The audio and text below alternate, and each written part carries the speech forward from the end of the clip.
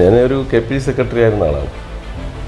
ഒരു നോട്ടീസ് പോലും തന്ന എന്താണെന്ന് കാര്യം തിരക്കാനുള്ള മര്യാദ പോലും KPCCയുടെ ഭാഗത്തുനിന്ന് അന്ന് ഉണ്ടായിട്ടില്ല എന്നുള്ളതാണ്.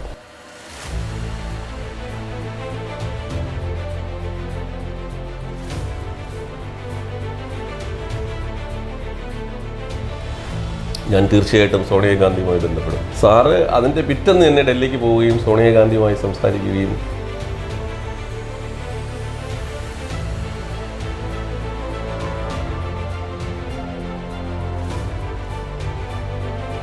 എന്നെ ഒരു അന്വേഷണ കമ്മീഷനിൽ നിന്ന് ഒരാളെ വിളിക്കുകയും എന്നെ ബന്ധപ്പെട്ട് കാര്യങ്ങൾ ചോദിക്കുകയും ഒന്നും ചെയ്തില്ല.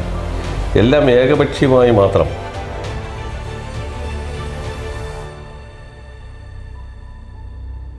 നമസ്കാരം. ഇന്ന് മറുനാടനൊപ്പം ഉള്ളത് കോൺഗ്രസിൽ നിന്നും 2 തവണ പുറത്താക്കപ്പെട്ട ഉമ്മൻചാണ്ടിയുടെ വിശ്വസ്തനുമായ MA ലത്തീഫാണ് നമ്മളോടൊപ്പം ഉള്ളത്. നമസ്കാരം. 2 തവണയാണ് പാർട്ടിയിൽ നിന്നും പുറത്താക്കപ്പെട്ടത്. ഈ ആദ്യ തവണ പുറത്താക്കിയപ്പോൾ ഇതിനെക്കുറിച്ചുള്ള എന്തെങ്കിലും വിശദീകരണങ്ങൾ നൽകിയിരുന്നത് താങ്കൾക്ക്? 11/11/2021 എന്നെ ആദ്യമായി പുറത്താക്കുന്നത്. അതൊരു വെള്ളിയാഴ്ച ദിവസമാണ്. അപ്പോൾ വെള്ളിയാഴ്ച ഞാൻ ഉച്ചയ്ക്ക് അന്ന് വെള്ളിയാഴ്ച നമസ്കാരത്തിന് വേണ്ടി, ജുമാ നമസ്കാരത്തിന് വേണ്ടി ഞാൻ മംഗലപുരത്തിനടുത്തുള്ള കൊറക്കോട് എന്ന് പറയുന്ന മുസ്ലിം ജമാഅത്തിൽ നമസ്കാരം കഴിഞ്ഞ് ഇറങ്ങുമ്പോൾ എന്നെ മീഡിയാസിൽ നിന്ന് പലരും സുഹൃത്തുക്കൾ വിളിച്ചു. ലത്തീഫ്, ഇങ്ങനെ ഒരു കത്ത് വന്നിരിക്കുന്നല്ലോ, എന്താണ് കാര്യം? ഞാൻ പറഞ്ഞു, എനിക്ക് ഒരു കാര്യവും അറിയത്തില്ല. നിങ്ങൾ ഈ പറയുന്ന വിവരമല്ലാതെ എനിക്കൊരു വേറൊരു വിവരമില്ല. അപ്പോൾ ഒരാളും കോൺഗ്രസിൽ നിന്ന് പുറത്താക്കൽ തന്നെ യഥാർത്ഥത്തിൽ ഭരണഘടനാപരമായി അങ്ങനൊരു കീഴ്വഴക്കമില്ല. പക്ഷേ അങ്ങനെ ഒരു ഭരണഘടനാപരമായി എന്നെ പുറത്താക്കാൻ തീരുമാനിച്ചാൽ തന്നെയും ഞാനൊരു KPC സെക്രട്ടറി ആയിരുന്ന ആളാണ്. ഒരു നോട്ടീസ് പോലും തന്ന എന്താണെന്ന് കാര്യം തിരക്കാനുള്ള മര്യാദ പോലും KPCCയുടെ ഭാഗത്തുനിന്ന് അന്ന് ഉണ്ടായിട്ടില്ല എന്നുള്ളതാണ്. അങ്ങനെ ഒരു നോട്ടീസോ അങ്ങനെ ഒരു കാര്യം ചോദിക്കലോ കാരണം ചോദിക്കലോ അങ്ങനെ യാതൊന്നും ഇല്ലാതെ പത്രങ്ങൾ വഴിയാണ് ഞാൻ ഈ സസ്പെൻഷൻ അറിയുന്നത്. അതിന് വ്യക്തമായ കാരണങ്ങൾ ഒന്നും തന്നെ ഇല്ല എന്നുള്ളതാണ് ആ നോട്ടീസിൽ എനിക്ക് മനസ്സിലാക്കാൻ കഴിഞ്ഞത്. വ്യക്തമായ ഒരു കാര്യങ്ങളും ഇല്ല. ഈ ആദ്യ പുറത്താക്കലിന് ശേഷം പിന്നെ ഏതെങ്കിലും നേതാക്കൾ താങ്കളെ നേരിട്ട് വിളിച്ചറിയിച്ചിരുന്നോ ഇങ്ങനെ പുറത്താക്കിയിട്ടുണ്ട്?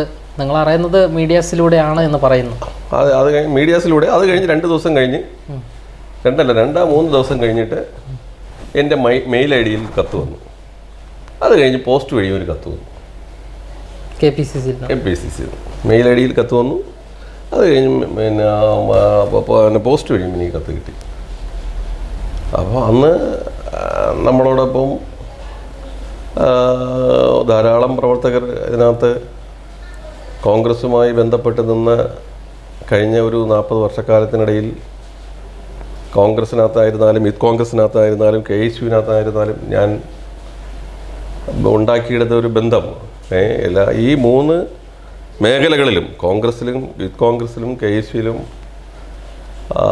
അവിടെയുള്ള ആ തലത്തിലുള്ള പ്രവർത്തകരുമായിട്ടുള്ള എൻ്റെ ഒരു ബന്ധം, അന്ന് സസ്പെൻഷനായപ്പോൾ അവരെല്ലാം ഒരു പ്രത്യേക അവസ്ഥയിലായി. എന്താണ് ഇതിന് കാരണം, എന്ത് കാര്യമാണ്? അപ്പോൾ അങ്ങനെ അവർ സ്വാഭാവികമായും അതിൻ്റെ ഒരു പ്രതിഷേധം തിരുവനന്തപുരത്ത് പ്രകടനത്തിലൂടെ അറിയിച്ചു എന്നുള്ളൊരു വാസ്തവമാണ്.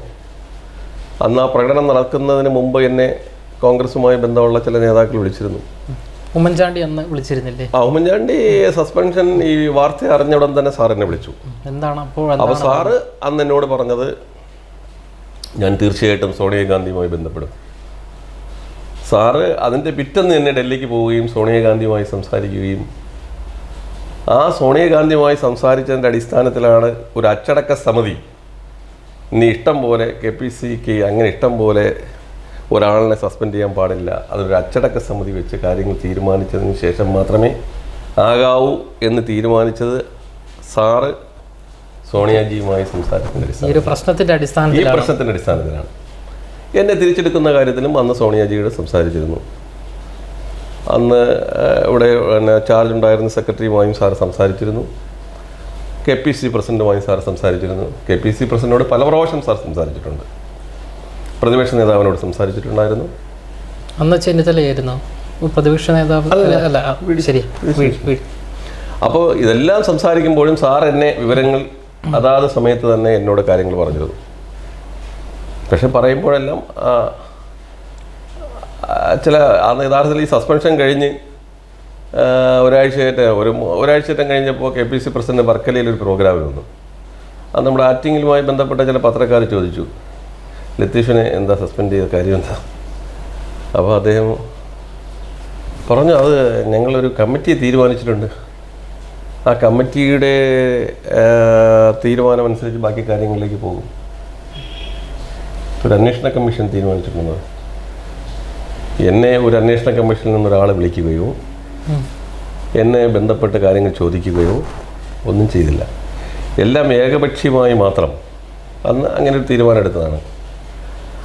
അങ്ങനെ ഒരു തീരുമാനം എടുക്കുന്നതിന് വേണ്ടി നാളിതുവരെ ഈ പാർട്ടിക്കെതിരായി എൻ്റെ ഭാഗത്തു നിന്ന് ഒരു ചലനവും ഒരിടത്തും ഉണ്ടായിട്ടില്ല. അപ്പോൾ ഒരു കാരണവുമില്ലാതെ ഇത് പുറത്താക്കുന്നു. അപ്പോൾ എന്തെങ്കിലും വ്യക്തിപരമായിട്ടുള്ള പ്രശ്നങ്ങളോ വ്യക്തിപരമായ കാരണവും അങ്ങനെയില്ല. പക്ഷേ ഇത് സംഭവിച്ചതെന്ന് പറഞ്ഞാൽ അന്ന് ഈ സംഘടനാ തെരഞ്ഞെടുപ്പിനെ അവർ പേടിച്ചു എന്നുള്ളതാണ്. ആ സംഘടനാ തെരഞ്ഞെടുപ്പിനെ പേടിച്ചപ്പോൾ ഞാൻ ഉമ്മൻചാണ്ടി സാറുമായി ബന്ധപ്പെട്ട് നിൽക്കുന്ന ആളാണ്. അപ്പോൾ അങ്ങനത്തെ ഒരു സാഹചര്യത്തിൽ അന്ന് അവരുമായി ബന്ധപ്പെട്ട് നിൽക്കുന്ന ആളുകളുടെയൊക്കെ ഇതിനകത്ത് ജില്ലാതലത്തിലുള്ള ചില നേതാക്കന്മാരുടെയും കൂടി അറിവോടുകൂടിയാണ് അന്നിങ്ങനൊരു നടപടി വന്നത്. അല്ലാതെ പ്രത്യേകിച്ച് എന്നെ പാർട്ടിയിൽ നിന്ന് പുറത്താക്കുന്നതിന് വേണ്ടിയുള്ള ഒരു കാരണം ഉണ്ടായിരുന്നില്ല. അന്ന് പുറത്താക്കിയതിന് ശേഷം, ആദ്യവട്ടം പുറത്താക്കിയതിന് ശേഷം MA ലത്തീഫിന് വേണ്ടി ഏതെങ്കിലും നേതാക്കൾ കോൺഗ്രസിന് സംസാരിച്ചിരുന്നോ യോഗങ്ങളിലെല്ലാം? അല്ല, അതാണ് പറഞ്ഞത്. ഉമ്മൻചാണ്ടി സാർ പല പ്രാവശ്യം സംസാരിച്ചിട്ടുണ്ട്. ഉമ്മൻചാണ്ടി സാർ സംസാരിച്ചിട്ടുണ്ട്, ബെന്നി ബെഹനാൻ സംസാരിച്ചിട്ടുണ്ട്, ശശി തരൂർ സംസാരിച്ചിട്ടുണ്ട്, KC ജോസഫ് സംസാരിച്ചിട്ടുണ്ട്, സാറിൻ്റെ ഭാര്യ സംസാരിച്ചിട്ടുണ്ട്. സാറിൻ്റെ മരണത്തിന് ശേഷം സാറിൻ്റെ ഭാര്യ സംസാരിച്ചിട്ടുണ്ട്. ഉമ്മൻചാണ്ടി സാറിൻ്റെ ചാണ്ടിമോൻ സംസാരിച്ചിട്ടുണ്ട്. അവരെല്ലാം സംസാരിച്ചിട്ടുണ്ട്. അപ്പോൾ അവരോടെല്ലാം ശ്രീ ബെന്നി ബെഹനാനും KC ജോസഫും അന്ന് വിഷ്ണു അടക്കമുള്ള ആളുകൾ, ക്ഷേമം മസൻ അടക്കമുള്ള ആളുകൾ അന്ന് കമ്മിറ്റി പറയുമ്പോൾ എഴുതി കൊടുക്കണമെന്ന് പറഞ്ഞു ഒരു പ്രാവശ്യം. അതിൻ്റെ അടിസ്ഥാനത്തിൽ KC ജോസഫും ബെന്നി ബെഹനാനും എഴുതി കൊടുത്തു. അപ്പോൾ ഓരോ സമയം ഓരോ മറുപടികൾ പറയുന്നവരടുത്ത് പറയും. ശശി തരൂർ കമ്മിറ്റിയിൽ പറഞ്ഞു, എന്നിട്ടും യാതൊരു അനക്കം ഉണ്ടായിട്ടില്ല, നടപടിയും ഉണ്ടായിട്ടില്ല. സസ്പെൻഡ് ചെയ്ത ആ suspension MMSN KPC president charge വന്നപ്പോൾ അദ്ദേഹം അത് പിൻവലിച്ചു. രണ്ടാമത് തിരിച്ചെടുക്കുന്നു താങ്കൾ? അതെ, എന്നെ തിരിച്ചെടുത്തു. തിരിച്ചെടുത്ത് മണിക്കൂറുകൾക്കകം അത് ക്യാൻസൽ ചെയ്ത് റദ്ദ് ചെയ്തുകൊണ്ടുള്ള പുതിയ പ്രസിഡന്റിന്റെ പുതിയ നോട്ടീസ് ഉണ്ടാകുന്നത്. സുധാകരൻജിയാണ്. അതെ, അദ്ദേഹമാണ് അത് വീണ്ടും എന്നെ ശ്രീ MMSN എടുത്ത തീരുമാനത്തിനെ റദ്ദ് ചെയ്തുകൊണ്ട് വീണ്ടും പുതിയ ഇൻഡാസ് എൻ്റെ പേരിലിറക്കി.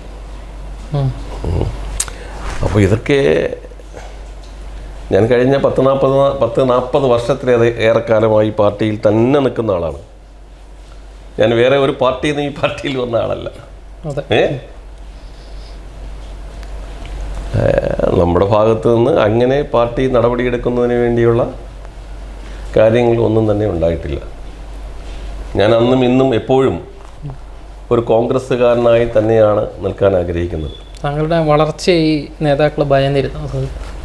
വളർച്ചയായി ഞാനിപ്പോൾ KPC പ്രസിഡന്റോ അല്ലെങ്കിൽ അങ്ങനെ ഭയക്കേണ്ട കാര്യമില്ലല്ലോ. പക്ഷേ എങ്കിലും എവിടെയൊക്കെയോ എന്തൊക്കെയോ ഇവരുടെയൊക്കെ ഉള്ളുകളിൽ അല്ലെങ്കിൽ ഇങ്ങനെ ഒരു നടപടി ഒരിക്കലും ഉണ്ടാകേണ്ടതല്ല. വർഗീസ് എന്ന് പറയുന്ന KPC പ്രസിഡന്റിനോടൊപ്പം നിൽക്കുന്ന ആൾ, അദ്ദേഹത്തിൻ്റെ ഭാര്യ റിബലായി മത്സരിച്ച ആളാണ്. ആ റിബലായി മത്സരിച്ച ആളിനെ അവിടെ മണ്ഡലം പ്രസിഡന്റായിട്ട് നോമിനേറ്റ് ചെയ്തിട്ടുണ്ട് ഈ KPC പ്രസിഡന്റ്. ഇപ്പോൾ ഈ പാർട്ടിക്ക് ശക്തി നൽകേണ്ട ഈ സമയത്ത് വ്യത്യസ്തമായ അഭിപ്രായങ്ങൾ പറഞ്ഞ് ഈ പാർട്ടിയെ ഏതെല്ലാം രീതിയിൽ ശിഥിലപ്പെടുത്തുന്നു. അപ്പോൾ നമ്മളങ്ങനെയുള്ള നടപടികളൊന്നും നമ്മുടെ ഭാഗത്തുണ്ടായിട്ടില്ല. നമ്മളിപ്പോഴും കോൺഗ്രസ് ആ വികാരം ഉൾക്കൊണ്ട് ശ്രീ ഉമ്മൻചാണ്ടിയുടെ പാതകൾ പിൻപറ്റി മുന്നോട്ട് പോകുന്ന ഒരാൾ തന്നെയാണ് ഇപ്പോഴും. അദ്ദേഹത്തിൻ്റെ കൂടെ നിന്നതിൽ നിന്ന് മാത്രമാണ്. അതിപ്പോൾ ഇപ്പോൾ തന്നെ വ്യാഴാഴ്ച 15-ാം തീയതി, ഓഗസ്റ്റ് 15-ാം തീയതി 6ാമത്തെ വീട്, പാവപ്പെട്ടവൻ വീട്ടിലുള്ള 6ാമത്തെ വീടിൻ്റെ താക്കോൽ ദാനം നടത്താൻ പോവുകയാണ്. അപ്പോൾ ഒരു വർഷത്തിന് മുമ്പ്, അതായത് ഒരു 8 മാസത്തിന് മുമ്പ് സാറിൻ്റെ പേരിൽ പുതുക്കുറിച്ചിയിലുള്ള നൗഫൽ എന്ന് പറയുന്ന മത്സ്യത്തൊഴിലാളി കടലിൽ പോയി മരിച്ചുപോയി. അപ്പോൾ അദ്ദേഹത്തിന് സാറിൻ്റെ പേരിൽ, എനിക്ക് തോന്നുന്നു കേരളത്തിൽ ഒരുപക്ഷെ ആദ്യമായി സാറിൻ്റെ പേരിൽ ഒരു സ്വന്തമായി വീട് മേടിച്ചു കൊടുക്കുന്ന ഞങ്ങളാണ്. അപ്പോൾ നൗഫലിന് അവിടെ പുതുക്കുറിച്ചിയില്ല. അതിൻ്റെ താക്കോൽ ദാനം യഥാർത്ഥത്തിൽ നടത്താൻ ഞാൻ അന്ന് വിളിച്ചത് ശ്രീ ചാണ്ടിമോനെയാണ്. ചാണ്ടിമോൻ അന്ന് വന്നില്ല, ആരും വിലക്കിയതിൻ്റെ അടിസ്ഥാനത്തിൽ വന്നില്ല. പക്ഷേ സാറിൻ്റെ ഭാര്യ ആ പരിപാടിയിൽ പങ്കെടുത്തു. ഇപ്പോൾ വീണ്ടും രണ്ടാമത് സാറിൻ്റെ പേരിൽ തന്നെ, സാറിൻ്റെ നാമധേയത്തിൽ. അപ്പോൾ ഉമ്മൻചാണ്ടി ഭവനം എന്ന പേരിലാണ് രണ്ടാമത്തെ ഉമ്മൻചാണ്ടി ഭവനത്തിൻ്റെ താക്കോൽ ദാനമാണ് ഈ 15-ാം തീയതി രാവിലെ നടക്കാൻ പോകുന്നത്. അപ്പം നമ്മൾ കോൺഗ്രസിനെ സ്നേഹിക്കുകയും കോൺഗ്രസ് നേതാക്കളെ സ്നേഹിക്കുകയും കോൺഗ്രസ് ആശയങ്ങളുമായി മുന്നോട്ട് പോകാൻ തന്നെയാണ് കഴിഞ്ഞ കാലങ്ങളിലും ഇപ്പോഴും ആഗ്രഹിക്കുന്നതും ചെയ്യുന്നതും ഒക്കെ അങ്ങനെയാണ്. പക്ഷേ കോൺഗ്രസ് നേതൃത്വത്തിൽ ചില ആളുകൾക്ക് എവിടെയോ എന്തൊക്കെയോ പ്രശ്നങ്ങൾ, എന്താണെന്ന് എനിക്ക് എന്നറിയില്ല. ഈ രണ്ടാമത് പുറത്താക്കിയ ഈ തിരിച്ചെടുത്ത സമയത്ത്, ആദ്യം പുറത്താക്കി പിന്നീട് തിരിച്ചെടുത്ത ഈ സമയത്ത് വീണ്ടും പുറത്താക്കുമെന്ന് പ്രതീക്ഷിച്ചിരുന്നു? അപ്പോൾ അല്ല, യഥാർത്ഥത്തിൽ എനിക്ക് അങ്ങനെ ഒരു പ്രതീക്ഷ ഉണ്ടായിരുന്നു. സ്വാഭാവികമായും KPCC ആണ് എടുക്കുന്നത്. KPCC ചാർജ് അന്ന് KPCC പ്രസിഡന്റ് മത്സരിക്കാൻ പോവുകയും അവിടെ MMS ചാർജിലാവുകയും ആ സമയത്ത് എന്നെ മാത്രമല്ല എടുത്തത്.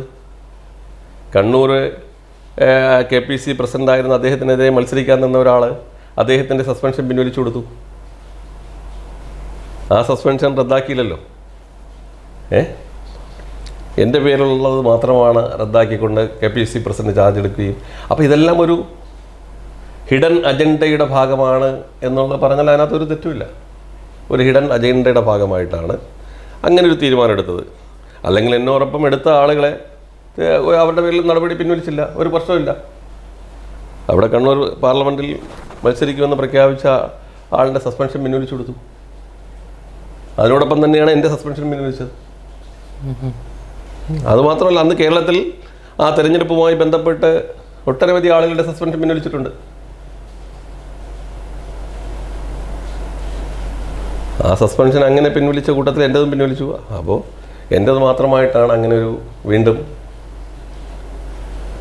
ആദ്യത്തെ സസ്പെൻഷൻ തന്നെ എനിക്ക് നോട്ടീസ് തന്നു. എനിക്ക് നോട്ടീസ് തന്നില്ല എന്ന് ഞാൻ പറയുന്നത്, എനിക്ക് നോട്ടീസ് തന്നിട്ടില്ല.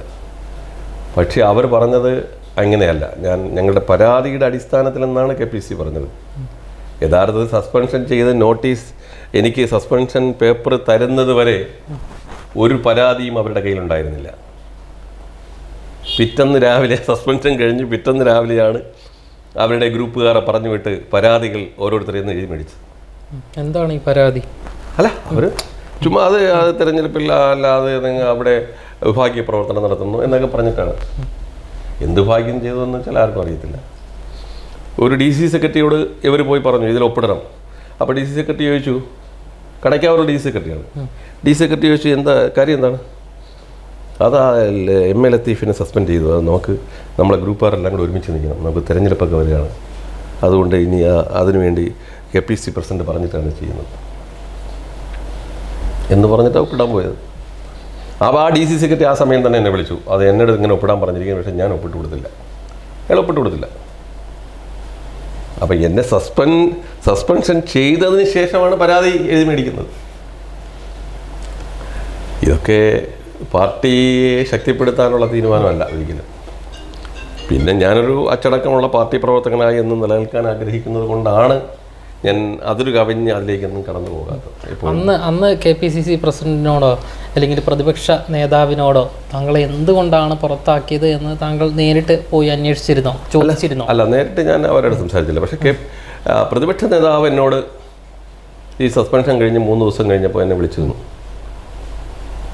എന്നെയും വിളിച്ചിരുന്നു, ഉമ്മൻചാണ്ടി സാറിനെ വിളിച്ചിരുന്നു എന്ന് ഉമ്മൻചാണ്ടി സാർ എന്നോട് പറയുകയും ചെയ്തു. അത് ലത്തീഫയെ ഉടനെ തന്നെ തിരിച്ചെടുക്കും എന്ന് എന്നെ ഫോണിൽ വിളിച്ച് സംസാരിച്ചിരുന്നു. ഉമ്മൻചാണ്ടി സാറിനോടും പ്രതിപക്ഷ നേതാവ് പറഞ്ഞത്. ഉമ്മൻചാണ്ടി സാറ് എന്നെയും വിളിച്ചിരുന്നു. അപ്പം ഞാൻ പറഞ്ഞു സാറേ എന്നെയും വിളിച്ചിരുന്നു, എന്നോടും ഇങ്ങനെ പറഞ്ഞു എന്ന് പറഞ്ഞു. ഈ മരിക്കുന്ന സമയത്ത് ഈ തിരിച്ചെടുക്കലുമായി ബന്ധപ്പെട്ട് ഉമ്മൻചാണ്ടി എന്തെങ്കിലും പറഞ്ഞിരുന്നോ വൈഫിനോടോ താങ്കളോടോ? ഉമ്മൻചാണ്ടി സാറ് ഞാൻ ബാംഗ്ലൂരിൽ തന്നെ ഞാൻ ഒട്ടനവധി പ്രാവശ്യം പോയിട്ടുണ്ട് സാറിനെ കാണാൻ. അപ്പോൾ മരിക്കുന്നതിന് ഞാൻ വീണ്ടും ഒരു 4-5 ദിവസം മുമ്പ് കണ്ടിരുന്നു സാറിനെ. അപ്പോൾ അതിനു മുമ്പ് തന്നെ പലപ്പോഴും എൻ്റെ സുഹൃത്തുക്കളുമായിട്ട് ഞാൻ പോലും ഞാൻ ഒറ്റയ്ക്കൊക്കെ പോയിട്ടുണ്ട്. അപ്പോഴെല്ലാം സാറ് പിന്നെ വിഷ്ണുവിനോടും ബെന്നി ബേനാനോടും KC ജോസഫിനോടും MMS അതോടൊപ്പം തന്നെ KPC പ്രസിഡന്റിനോടൊക്കെ കാര്യങ്ങൾ പറഞ്ഞിട്ടുണ്ട് എന്നും ഇനിയും ഞാൻ പറയുന്നു എന്നൊക്കെ അപ്പോഴെൻ്റെ പറയാറുണ്ട്. ഞാൻ ഈ മരിക്കുന്നതിന് ഒരു 3-4 ദിവസം മുമ്പ് പോയപ്പോൾ സാറിനൊട്ടും വയ്യ, ക്ഷീണിതനാണ്, ആകെ ബുദ്ധിമുട്ടിലാണ്. അപ്പോൾ അതിന് മുമ്പ് പോകുമ്പോഴാണ് ഞാൻ അവിടെ ചെല്ലുമ്പോൾ അറിയുന്നത് ഈ MMS KC ജോസഫും ബെന്നി ബേനാനൊക്കെ അടക്കം സാറിനെ കാണാൻ ചെല്ലുമ്പോൾ സാറ് ഒരു പേപ്പറിൽ എഴുതാൻ പോലും സാറിന് കഴിയാത്ത ഒരു സമയത്ത് പേപ്പറിലെത്തി എന്ന് മാത്രം സാറ് എഴുതി MMSൻ്റെ കൊടുത്തു. അപ്പം അവരുടെ അടുത്ത് പോലും സാറ് അങ്ങനെ ചെയ്തിട്ടുണ്ട് അതിനു മുമ്പ്. അപ്പോൾ എന്നെ എടുക്കുന്ന കാര്യത്തിൽ അതിനു മുമ്പ് പല പ്രാവശ്യം അപ്പോൾ ഇവരെന്നും ഉമ്മൻചാണ്ടി സാറിനോട് KPCC നേതൃത്വം ഒരു മര്യാദ കാണിച്ചതായി എനിക്ക് തോന്നുന്നില്ല. അദ്ദേഹം പറഞ്ഞ കാര്യമാണ് എന്നെ തിരിച്ചെടുക്കണമെന്ന്, അതവർ ചെയ്തില്ല. ഇപ്പോൾ അദ്ദേഹത്തിൻ്റെ മരണം കഴിഞ്ഞ് 1 വർഷം കഴിഞ്ഞു. അതുമായി ബന്ധപ്പെട്ട് പോലും KPCC നല്ലൊരു പരിപാടി നടത്താൻ പോലും കഴിഞ്ഞിട്ടില്ല എന്നുള്ളതാണ് ഞാൻ മനസ്സിലാക്കുന്നത്. അദ്ദേഹത്തിൻ്റെ മകൻ ഫൗണ്ടേഷനുമായി ബന്ധപ്പെട്ട് ഒട്ടനവധി പരിപാടികൾ നടത്തി. പിന്നെ അതാത് ലോക്കലായ ധാരാളം ആളുകൾ, അദ്ദേഹത്തെ സ്നേഹിക്കുന്ന ഒട്ടനവധി ആളുകൾ ധാരാളം പരിപാടികൾ നടത്തി. ഞങ്ങളിതാ അദ്ദേഹത്തിൻ്റെ ഓർമ്മയ്ക്കായി 2ാമത്തെ വീടിൻ്റെ താക്കോൽദാനം നടത്തുന്നു. ഞാൻ കഴിഞ്ഞ SLC +2 പരീക്ഷ കഴിഞ്ഞ് വന്ന വിദ്യാർത്ഥികളെ ശ്രീ ഉമ്മൻചാണ്ടിയുടെ പേരിലുള്ള ആദരിച്ചു അവരെയൊക്കെ. അപ്പം നമ്മൾ ആ ഓർമ്മ നിലനിൽക്കുന്നതിന് വേണ്ടിയും അദ്ദേഹവുമായി ബന്ധപ്പെട്ട് നിന്നതിൻ്റെ അടിസ്ഥാനം നമ്മളൊക്കെ ഒട്ടനവധി കാര്യങ്ങൾ ചെയ്യുന്നുണ്ട്. പക്ഷെ ആ ഒരു തലത്തിൽ ആലോചിച്ചാൽ സംഘടനാ തലത്തിൽ അദ്ദേഹത്തിന് അങ്ങനെ ഒരു ആദരവ് കിട്ടിയില്ല. ഒരു കാര്യം കൂടി ചോദിച്ച് അവസാനിപ്പിക്കാം. ഈ ഒരു പാർട്ടിയിൽ നിന്ന് പുറത്താക്കിയതിന് ശേഷം മറ്റ് പാർട്ടിക്കാർ താങ്കളെ വന്ന് കണ്ടിരുന്നോ ഈ പാർട്ടിയിൽ ചേരാൻ വേണ്ടി? അങ്ങനെ എന്തെങ്കിലും? മറ്റ് BJP ഒഴിച്ച് മറ്റ് എല്ലാ രാഷ്ട്രീയ പ്രസ്ഥാനങ്ങളും ഞാൻ സംസാരിച്ചിരുന്നു. അപ്പോൾ അവരുടെ അടുത്തൊക്കെല്ലാം ഞാൻ പറഞ്ഞു ഞാൻ അങ്ങനെ വേറൊരു പാർട്ടിയിലേക്ക് പോകാൻ ആഗ്രഹിക്കുന്നില്ല. പ്രമുഖ നേതാക്കളാണോ? അതെ, പ്രമുഖ നേതാക്കളാണ്. ഞാൻ പറഞ്ഞു ഞാൻ വേറൊരു പാർട്ടിയിൽ പോകാൻ ആഗ്രഹിക്കുന്നില്ല. ഞാനെന്നും ഒരു കോൺഗ്രസ്കാരനായി മരിച്ചു പോകാനാണ് ആഗ്രഹിക്കുന്നത്. അപ്പോൾ അവരൊക്കെ പല കാരണങ്ങൾ പല രീതിയിൽ സംസാരിച്ചു. പക്ഷെ അതൊന്നും ഞാൻ പറഞ്ഞു അതൊന്നും എനിക്കതൊന്നും പ്രസക്തമല്ല. ഞാൻ കോൺഗ്രസ്സുകാരനാണ്. പക്ഷേ ഇപ്പോൾ നമ്മുടെ പേരിൽ നടപടിയെടുത്തു, ഓക്കെ ആയിക്കോട്ടെ. ഞാനൊരു അച്ചടക്കമുള്ള പാർട്ടിക്കാരൻ എന്നുള്ള നിലയിൽ അതനുസരിക്കാൻ തയ്യാറാണ്. പിന്നെ ജനാധിപത്യ കീഴ്വഴക്കമനുസരിച്ച് ചിലപ്പോൾ എനിക്ക് അനുകൂലമായി പ്രകടനം നടത്തിയേക്കാം, ചിലപ്പോൾ എനിക്ക് അനുകൂലമായി മുദ്രാവാക്യം വിളിച്ചേക്കാം. അതൊക്കെ സ്വാഭാവികം. അതൊക്കെ ഒരു ഇഷ്യൂ ആയി ഇവരെടുക്കേണ്ട കാര്യം ആരും എടുക്കേണ്ട കാര്യമില്ല. നമ്മളോടൊപ്പം നമ്മൾ കഴിഞ്ഞ 10-40 പതിറ്റാണ്ടിലേറെ കാലമായി പ്രസ്ഥാനത്തിൽ നിൽക്കുന്ന ആളാണ്, 1-2 വർഷമല്ല. ഈ പറയപ്പെടുന്നവരെക്കാൾ സീനിയാരിറ്റി ഉള്ള ആളാണ് ഞാൻ ഈ പാർട്ടിക്കകത്ത്. അപ്പോൾ അതിൻ്റെ ബേസിൽ നമ്മുടെ നാട്ടുകാരായ ആളുകൾ, അല്ലെങ്കിൽ നമ്മുടെ അഭ്യുദയകാംക്ഷികൾ, അല്ലെങ്കിൽ കഴിഞ്ഞ കാലങ്ങളിൽ നമ്മളോടൊപ്പം ജയിലിൽ കിടന്നവർ, അല്ലെങ്കിൽ നമ്മളോടൊപ്പം സമരങ്ങളിൽ പങ്കെടുത്തവരൊക്കെ അങ്ങനെ ഒരു പ്രതിഷേധം നടത്തിയേക്കാം. പ്രതിഷേധത്തിലൂടെ ചിലപ്പോൾ എതിരായി മുദ്രാവാക്യം വിളിച്ചേക്കാം. അതൊക്കെ സ്വാഭാവികം, അതൊക്കെ നടന്നിട്ടുണ്ട്, ഇല്ല എന്ന് പറയുന്നില്ല. പക്ഷെ അതൊന്നും എനിക്കെതിരെ പാർട്ടി നടപടിയെടുക്കുന്നതിനോ എൻ്റെ നടപടി പിൻവലിച്ചു എന്നെ പാർട്ടിയിൽ തിരിച്ചെടുത്തതിന് വീണ്ടും റദ്ദാക്കുന്നതിനോ ഉതകമായ കാര്യങ്ങളല്ല. പിന്നെ ഞാൻ ആദ്യത്തെ പ്രാവശ്യം തിരിച്ചെടുത്തല്ലോ. തിരിച്ചെടുത്തപ്പോൾ എല്ലാവരും കണ്ടിരിക്കും. മംഗലപുരത്ത് ഞാൻ ആരെയും വിളിച്ച് പറഞ്ഞിട്ടല്ല, മംഗലപുരത്ത് എനിക്ക് സ്വീകരണം വെച്ചു. ആ സ്വീകരണ യോഗത്തിൽ പങ്കെടുത്ത ചെറുപ്പക്കാർ അതൊന്നും ഈ പാർട്ടി എന്നുള്ള നിലയിൽ പാർട്ടി സംഘടനാ തലപ്പത്തിരിക്കുന്നവർക്ക് കാണാൻ കഴിയുന്നില്ല എന്നുള്ളതാണ്. അവരുടെ ബലം തന്നെയാണ് അന്ന് എനിക്ക് മംഗലപുരത്ത് സ്വീകരണം തന്ന ആളുകൾ, എന്നെ സ്നേഹിക്കുന്ന ഒട്ടനവധി ആളുകളുണ്ട്, ധാരാളം പേരുണ്ട്. അപ്പോൾ അവരുടെ ഒരു ബലവും ഊർജവും തന്നെയാണ് ഒരു പ്രധാന കാര്യം ഞാൻ ഈ പ്രസ്ഥാനം വിട്ട് മറ്റൊരു പ്രസ്ഥാനത്തിലേക്ക് പോകാത്തത്. ഞാനിപ്പോഴും ഈ അടുത്ത കാലത്ത് ഏറ്റവും അവസാനമായി മെഡിക്കൽ കോളേജിൽ പരിപാടി നടത്തി. അതിനകത്ത് ഒട്ടനവധി ചെറുപ്പക്കാർ, ധാരാളം പേര് ഇവിടെ ഒരുപക്ഷെ യൂത്ത് കോൺഗ്രസിൻ്റെ ജില്ലാ കമ്മിറ്റിയോ അല്ലെങ്കിൽ കോൺഗ്രസ് സംഘടനയോ നടത്തുന്നതിനേക്കാൾ ജനപങ്കാളിത്തത്തോടെ ഇതിന് നടത്താൻ കഴിഞ്ഞു.